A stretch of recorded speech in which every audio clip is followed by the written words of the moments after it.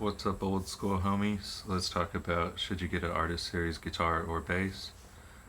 I think it's pretty much one of the more collectible Fenders.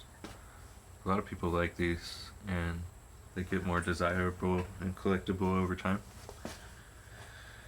So sometimes people ask, like, what's really the differences, between getting an artist series and maybe a replica of the same year, because a lot of times an artist series is just a replica of a certain year of guitar that a player played.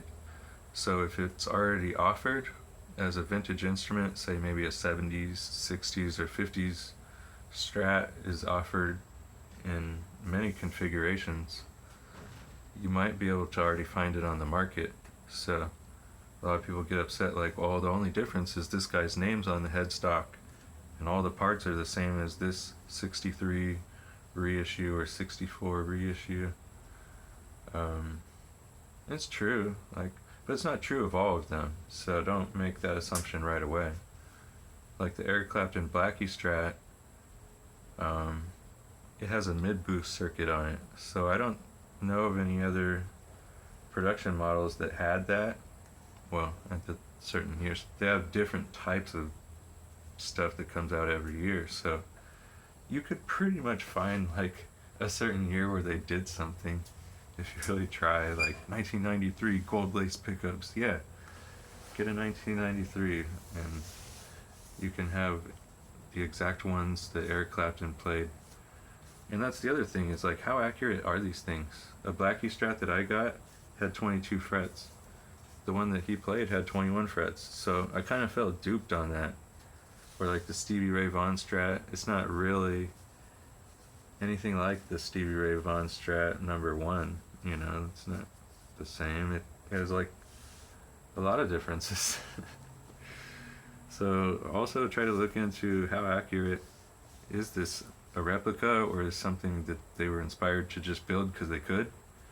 Like the Kurt Cobain one, the Jag Stang, that's one that I think is really cool, but he never really played it on stage very much. He just got the model and he thought it would be cool to make this, and he made it, and it was cool, and he never played it.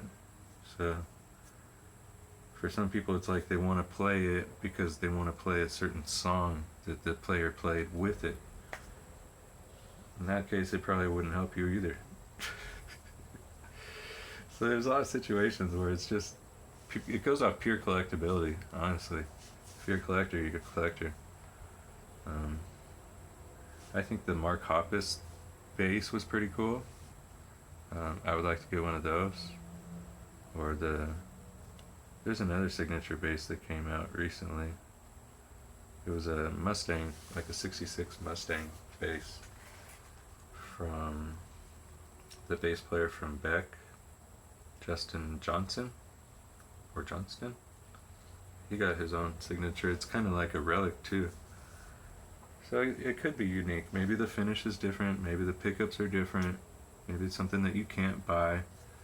But just because you can piece together something and make it exactly what that is, it's still not it, because it has a serial number, and it's collectible if it has that serial number. But if you just put parts on something, it doesn't make it any more expensive.